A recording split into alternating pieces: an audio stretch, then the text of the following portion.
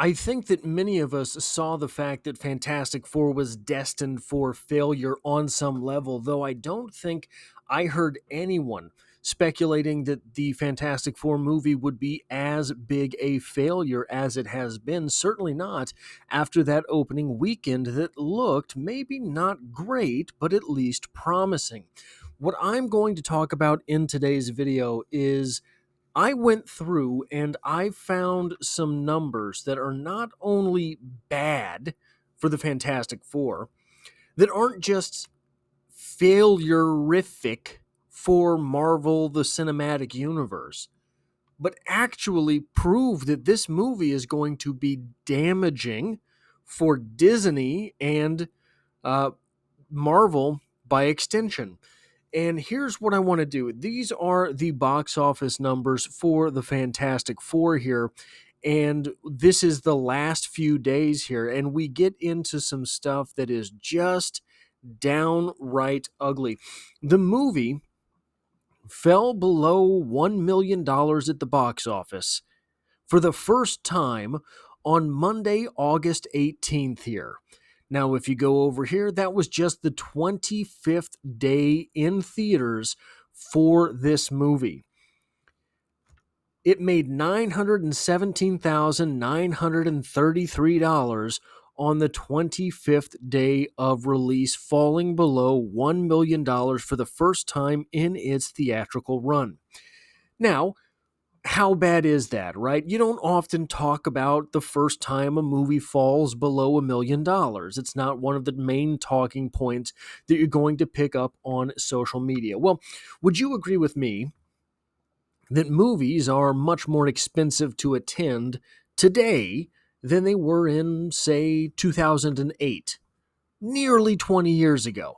Of course, that is true. Movies are much more expensive today. So to make $1 million in a day, you would have to sell so many fewer tickets today than you did in, for example, 2008. Can you also agree that by today's inflationary standards, that $1 million does not mean as much as $1 million meant in, for example, 2008. You know exactly why I'm talking about 2008. That's right. Iron Man, the original, the OG Iron Man, came out in 2008, and it made over $1 million all the way until its 39th day. When movies were cheaper and $1 million meant a whole lot more than it does today, Iron Man went 14 days longer, 2 weeks longer, without breaking under $1 million at the box office for any given day, and that was nearly 20 years ago. Guess what? What other Marvel movie lasted just 25 days before it broke under the $1 million per day mark? If you said The Eternals, you would be correct.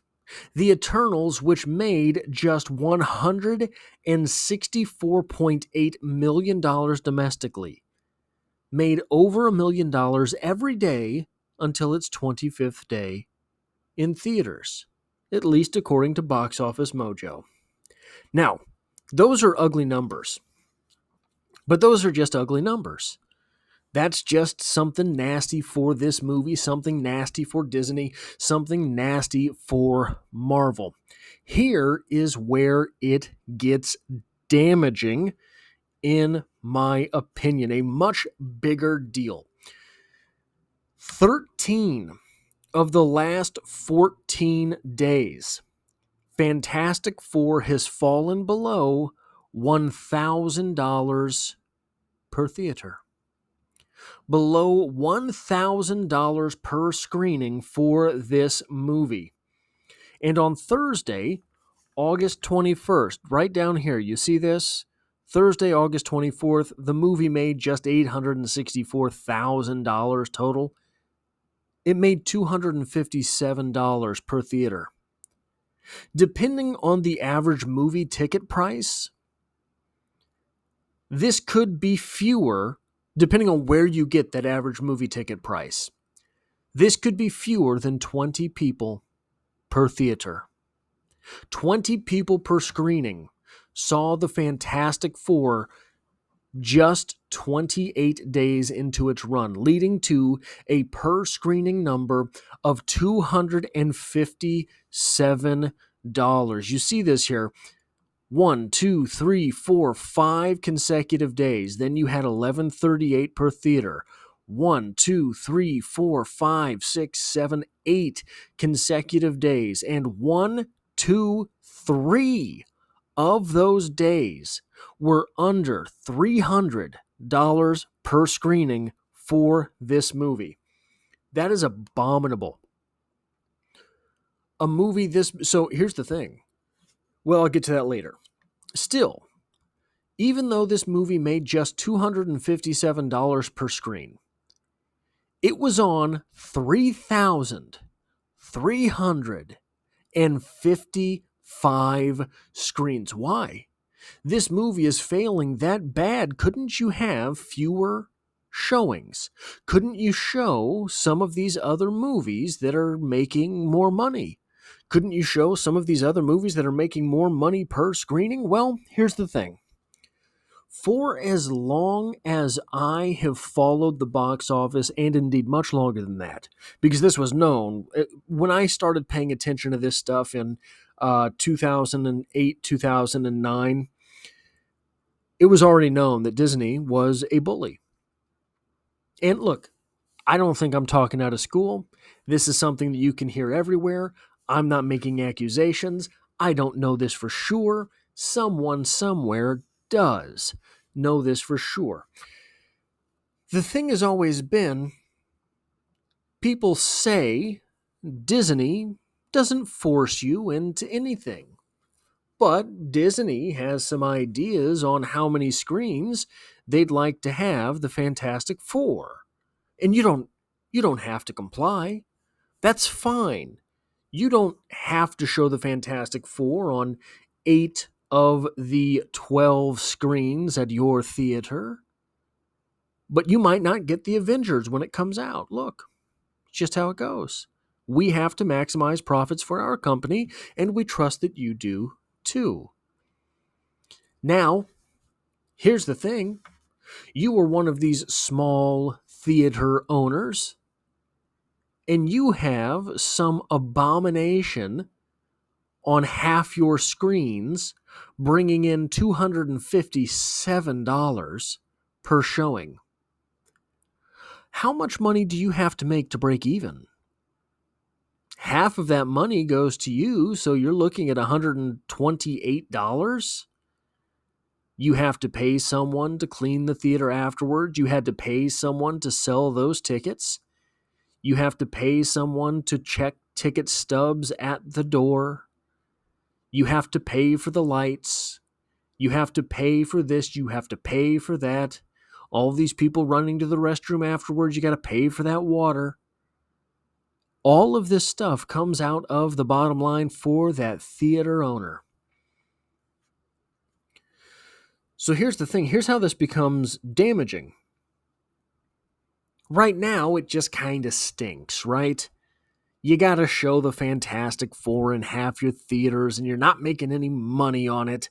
It sucks. Well, it sucks for Marvel, too. Well, what happens the minute Marvel comes to a theater owner and says, all right, you don't have to show the Fantastic Four, but, well, you might not get the Avengers. And that theater owner says, I don't want it. That's not going to make any money. Why would I want the Avengers?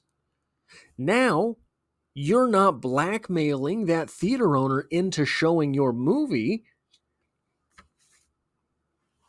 He doesn't want it. How much money then does your movie make? There will be people who end up seeing these movies when they are on 3,355 screens just because their movie they wanted to see was sold out. just because they got there at the wrong time and one of the only things showing that has seats available is the Fantastic Four. You will get spillover like that. You will get run like that. Maybe it's not most of your business, but it's going to be a certain percent. Maybe that certain percent is the percent that sends you over profitability, to which the Fantastic Four will not make it. So without that footprint out there, without that ability to say, you're going to take this movie, you're going to keep it on half your screens, and you're going to say thank you at the end of the day. Without that power, how many theaters just stop carrying these movies altogether? And then you don't have the opportunity to make your money back. So one of the big things that pops up every once in a while, and it hasn't happened for a while because the box office has been so dastardly, shorter movies have a better chance at breaking records.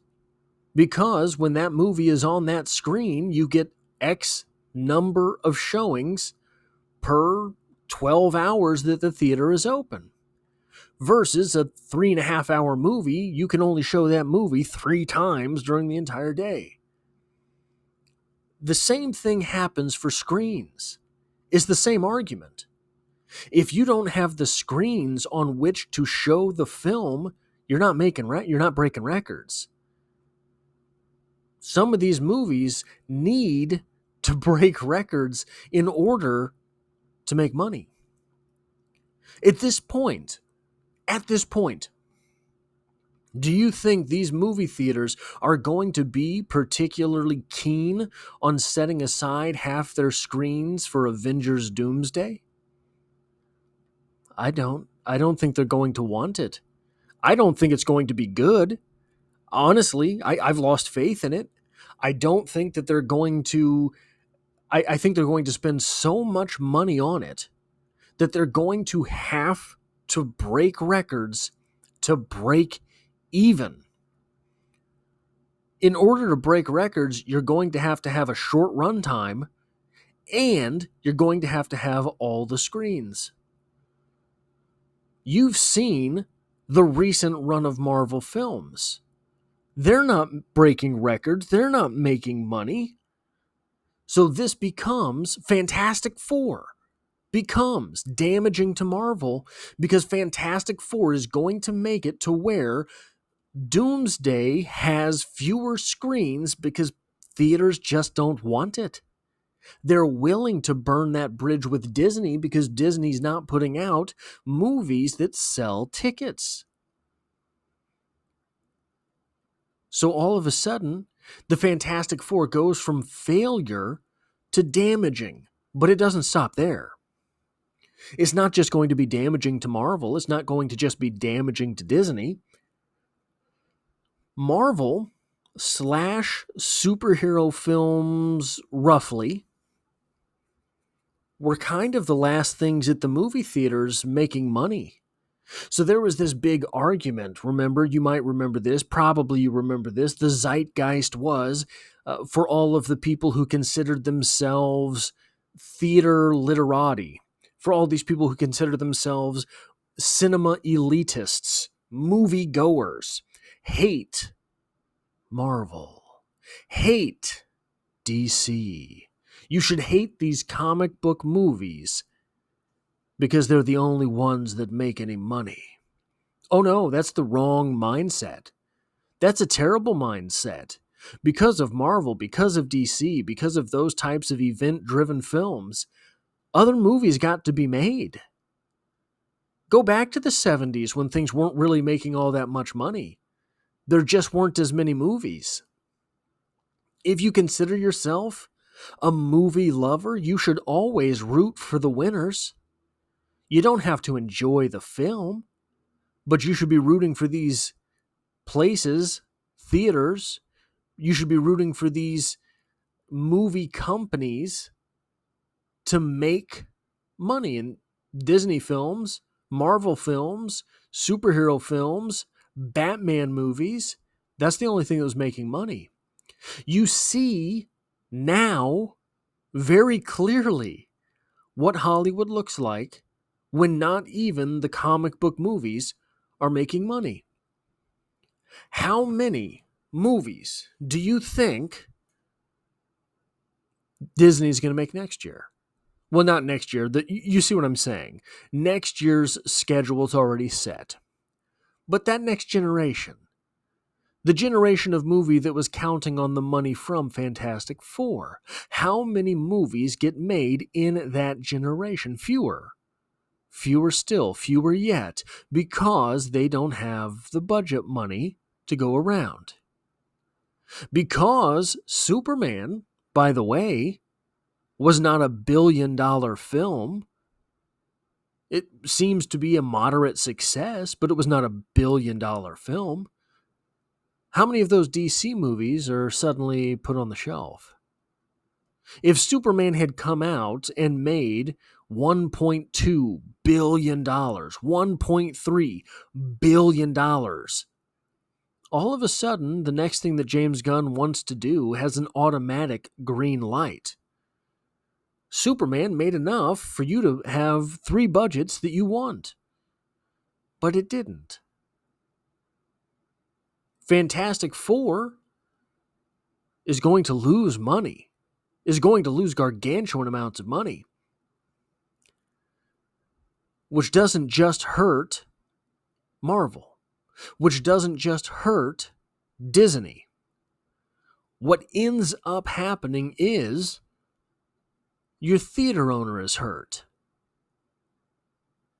The other studios don't get the spillover from that Marvel movie. People went to see Fantastic Four and it was sold out. Well, shucks, I guess I'll have to go see Superman. That's a real thing. It was a real phenomenon at one point in time. It's not anymore. People seeing movies by chance and happenstance does not happen anymore. People just walking up to the ticket booth and looking at titles. Does that happen anymore? This movie is going to fail so bad that the actual rundown. So when Marvel doesn't make all those movies the next generation, your local theater doesn't have the movie to show.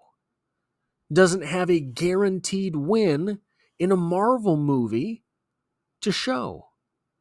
So everyone is negatively impacted by a film and a series of films as absolutely demonstrably terrible as what it is that Kevin Feige, Bob Iger, and Marvel have been putting out recently. That is all I have for this video. If you like or appreciate what I do here, hitting the like button helps me out as it tells YouTube to share this with other people. And as always, I hope to have you back for the next one.